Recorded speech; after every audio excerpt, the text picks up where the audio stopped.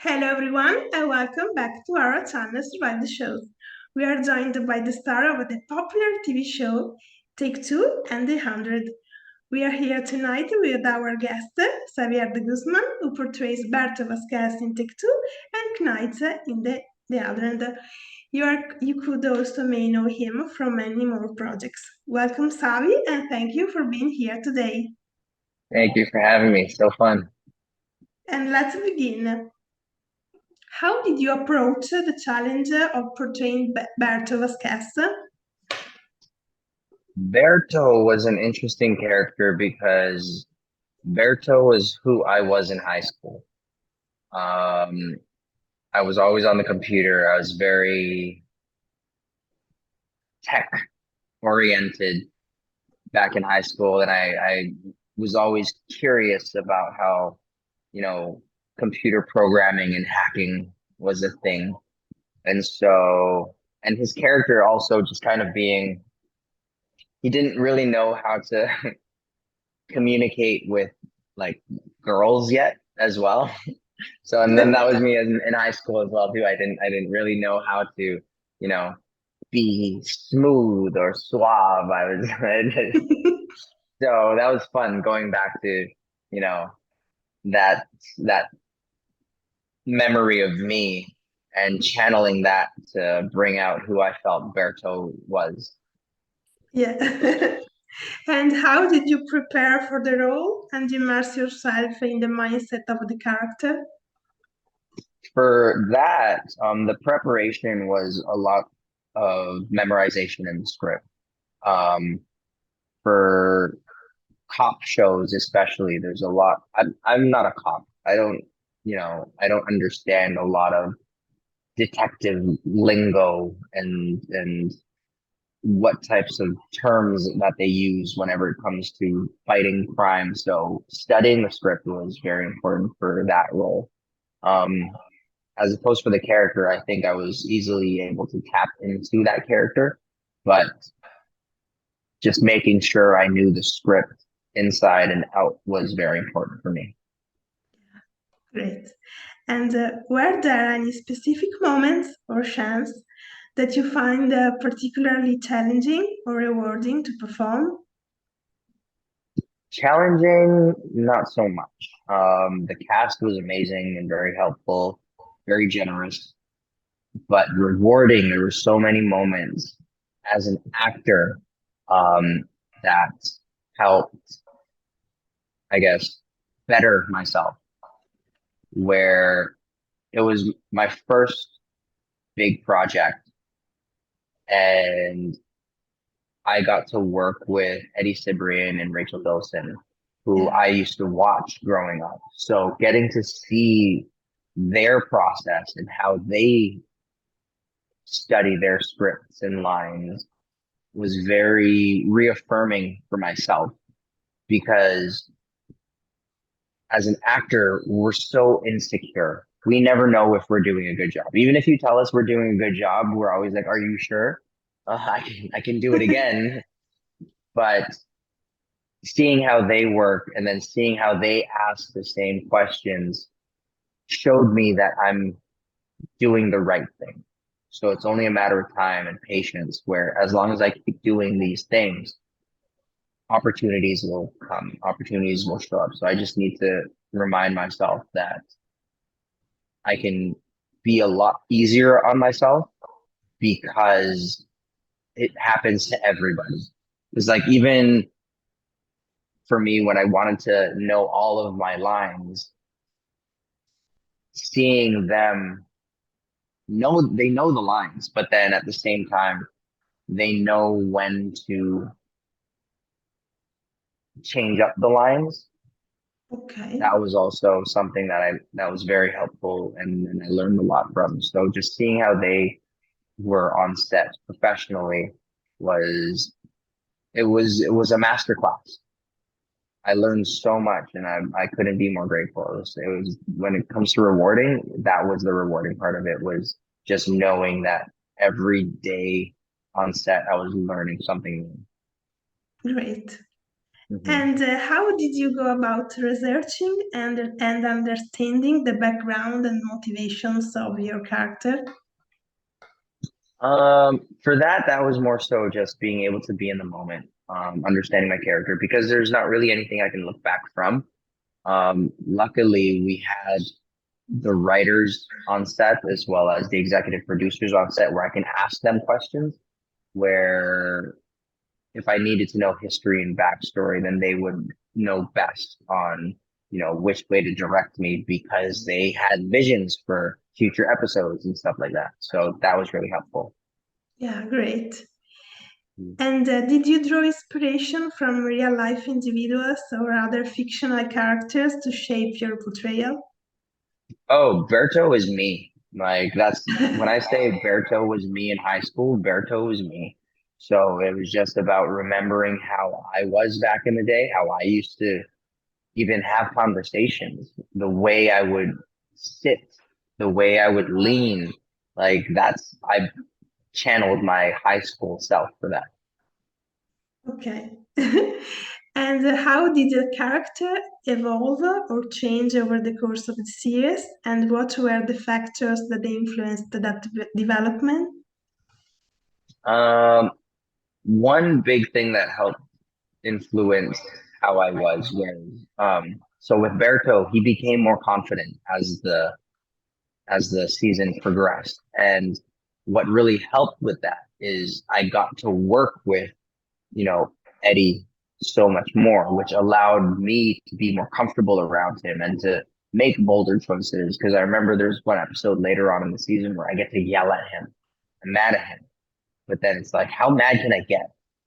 And after having worked so many episodes with him, it really gave us that opportunity to really play with that scene. And it allowed me to really get mad at him. So that was a big comfort level that only time could have given. And I was happy to have that time. Okay. And can you share any memorable fan encounters or experiences related to your character? Mm, Related to my character, not so much. But I do remember the first time somebody stopped me on the street and they're like, "Hey, you're that guy from that show." I was like, "Yeah, that's me." Um, but an interesting fan encounter that happened. So you know the show The OC Yeah. with Rachel? Yeah. Yes. So I grew up watching that. And so I was already a big Me fan too. of Rachel. And so I remember the cast went out one night and it's been a while since the OC came out. So the younger generation wouldn't really know, but there was like a group of younger 20-year-olds, 21, 22 maybe, and they were passing by us. And you had the girls in front and then the guys in the back. The girls, they just kept walking, but then it was the guys in the back. There was like the biggest guy. And like after we already passed them, he's like out loud, you can hear, he's like, hey, wasn't that Summer? Referencing Rachel passing by. And it Yes. was like, out of all of them to notice, I would have thought the girls would have probably noticed, but it was the guy at the back of the group that I wouldn't have expected. It's like, is that Summer? That was a funny one. I remember that one. Yeah. Yeah. Great. And how's the character affected your own career and the opportunities that have come your way? Hmm. Ever since then, I've definitely read for a lot of bigger projects. Um, and it has allowed me to, and reading for these bigger projects now, it has me reading with like A-list actors. So in a way, it's good, but at the same time, it's so much more nerve-wracking because I'm reading against actors that I see, and I'm like, these actors are incredible. Like I remember there was one role where I was up against Taron Egerton. He played in The Kingsman. Taryn was also, he played in Rocket Man. He played Elton John in it. And I look at Taryn and I'm like, he is, there's no way I'm going to get a role over him. And obviously I didn't get it, but it's like, it's insane that that's who executives are choosing. Who's this guy who's been on this one show or this guy who has like Oscar nominations? And it's like, it's so daunting and scary, but at the same time, it's like, okay, this is the level that I'm at now. This is where I need to step up my game. I need to read more books. I need to study more scripts so I can keep up with these people that I'm competing with. And it's scary, but at the same time, it's such an interesting feeling. Great. And throwing back to the origins of your career, how did the passion for acting come about in your life? Accidentally. I didn't even think of this as a potential for work. Um, because I used to fight. I used to do Muay Thai. I used to train and compete in Thailand, and that was my thing. But then I reached a point where it was like, okay, what else can I do now? I've spent so much time. I spent like 10 years just doing Muay Thai and training and fighting, where I felt my back against the wall now. It's like, okay, I'm an adult now. How can I make money from this? It's either I continue as a personal trainer and I keep coaching people, or I open my own gym. Like those were the only two options that came to mind. And I didn't want to do either of those. Um, and then my friend called me and said that they were looking for boxers for a TV show. And then luckily through that, I got cast and I joined the stunt team. So Okay. now I'm fighting for these productions, and it's like I don't have to get hurt. I already, know what to do. I'm doing choreography where there's other people who have mutual interests that I can relate to, and then now I find myself on set, and I'm enjoying the entire experience. And so now I'm on set, I'm doing these, and then I get paid. And then when I saw the check, I was like, oh wow, this is a lot of money. And so through that, I was like, okay, maybe I can focus on this now to make money as my career. And then I started doing that, and the money was great. But then I'm on set, but I feel like I'm just in the background now. I'm just done. There's nothing special. And then all of a sudden, I see, I notice the people that are talking on camera. And now I was there just like, ooh, I want to do what they're doing. I want to talk. So then now I started taking acting classes, and then I had to step away from my stunt team because to do principal work now, you can't keep your time just for stunts. You have to be more flexible for audition and stuff like that. So then I pulled away from stunts, focused on principal acting, and then from there, just one thing led to another. Great. And quick question. Among all the roles you have had the chance to play throughout your career, is there any particular role you're most fond of? I am most fond of one project I did. It's called Rainbow Connection. It was a short film, and then it turned into a feature-length film that was entered into TIFF, to the Toronto Film Festival. And the reason why I love that one so much is because the story revolved around an autistic boy. And so and we were the bullies. Me and my friends were the bullies. And so and one of the sets that we went to was a school with kids with special needs. And so we were acting with kids with special needs who had no set experience, who were the furthest thing from actors. I'm pretty sure they didn't even realize what was happening until the day when all of a sudden there was a camera there.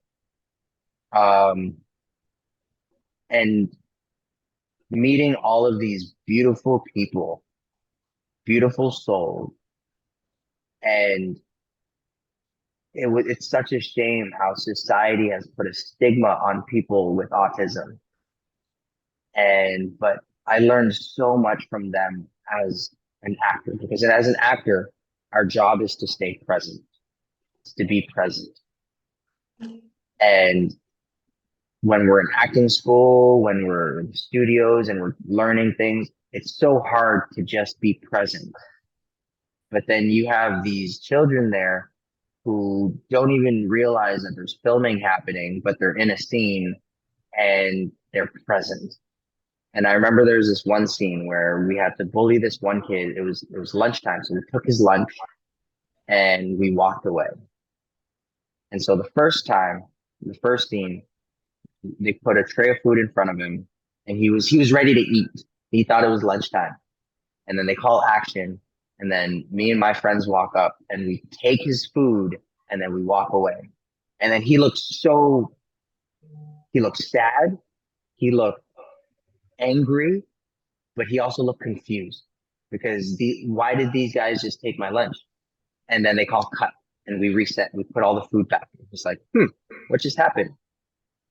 Did it again. Same thing. He's ready to eat, but then all of a sudden we took it, and then again same thing. But then call cut. We go back, and then by the last take, he understood that there's a pattern going on now. But again, he doesn't understand that there's filming happening. He doesn't understand what it's for. So, but he understands the beats and the cues. So as soon as they call action, he started like pushing the tray towards us because he knows we're going to take it. So he's like, hey guys, here you go. You can take it. And then, so it's like, there was a sandwich, there was an apple. So my friend takes the sandwich and then he kind of like looks at me and he like looks at the apple because he knows I'm going to take it. And he's like, and it was such a present moment.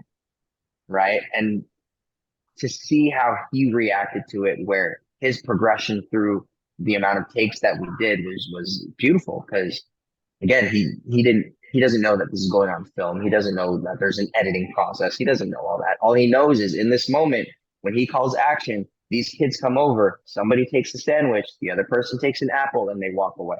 And then by the end of it, like he was having so much fun and it was beautiful. So that was like something that I'll cherish with me whenever I go to sets, is just how to be present and always try my best to be present. Great. And thank you. And thank you, Xavi, for joining us today, sharing your experience with us, and for your No, time. thank you. Thank you. Thank you. Hope you enjoy our trip in the memories, and thank you for watching. Bye.